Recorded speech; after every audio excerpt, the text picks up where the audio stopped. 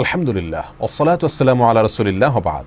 সুপ্রিয় দর্শক শ্রোতা ভাই বোন, রাসূল করিম সাল্লাল্লাহু আলাইহি সাল্লাম যেমনিভাবে আমাদেরকে আখিরাতে সফলতার পথ এবং পদ্ধতি বাতলেছেন, তেমনিভাবে বিভিন্ন রকমের রোগবালাই থেকে, অসুখ বিসুখ থেকে নিরাপদ এবং বাঁচারও বহু পথ বাতলেছেন। যেমনিভাবে তিনি অনেকগুলো দোয়া, জিকির এবং আল্লাহর কাছে আশ্রয় প্রার্থনার পদ্ধতি আমাদেরকে শিক্ষা দিয়েছেন, তেমনিভাবে তিনি অনেক চিকিৎসার কথাও আমাদেরকে বলে গেছেন।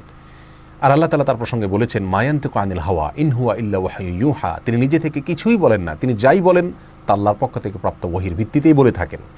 যার কারণে তিনি যত চিকিৎসার কথা বলেছেন সেগুলো ওহী, সেটা প্রত্যক্ষ হোক অথবা পরোক্ষ হোক। আমাদের জীবনে যে কোনো অসুখ বিসুখ থেকে বাঁচার আপাতদৃষ্টিতে সকল উপায় যদি বন্ধ হয়ে যায়, সকল পথ যদি রুদ্ধ হয়ে যায়, তবু একজন মুমিন হিসাবে নবী আলাইহিস সালামের বাতানো সে সকল সর্বরোগের মহৌষধ বা চিকিৎসাগুলো আমাদের জন্য সবচেয়ে বড় এবং শেষ অবলম্বন হিসাবে ঠিকই থেকে যায়।